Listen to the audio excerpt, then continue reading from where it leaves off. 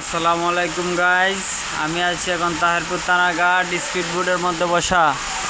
দেখেন বৃষ্টি যে নামছে, আধা ঘন্টা যাবৎ বৃষ্টি নামছে। নদীর পানি অনেকটা বাড়তি, কমার কোনো নামেই নাই। দেখেন বৃষ্টির অবস্থা কি। আমি আইছিলাম বোটের মধ্যে তেল ঢুকাইমু, কিন্তু বৃষ্টির নাই যে থামার কোনো নামেই নাই।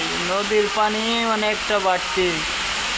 আজকে 3 দিন যাবৎ বৃষ্টি হইতেছে। দেখেন বৃষ্টিতে আমার কোনো নামই নেই।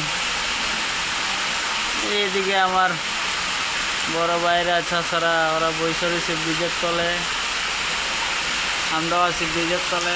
দেখেন বৃষ্টি ছাড়ার কোনো নামই নেই।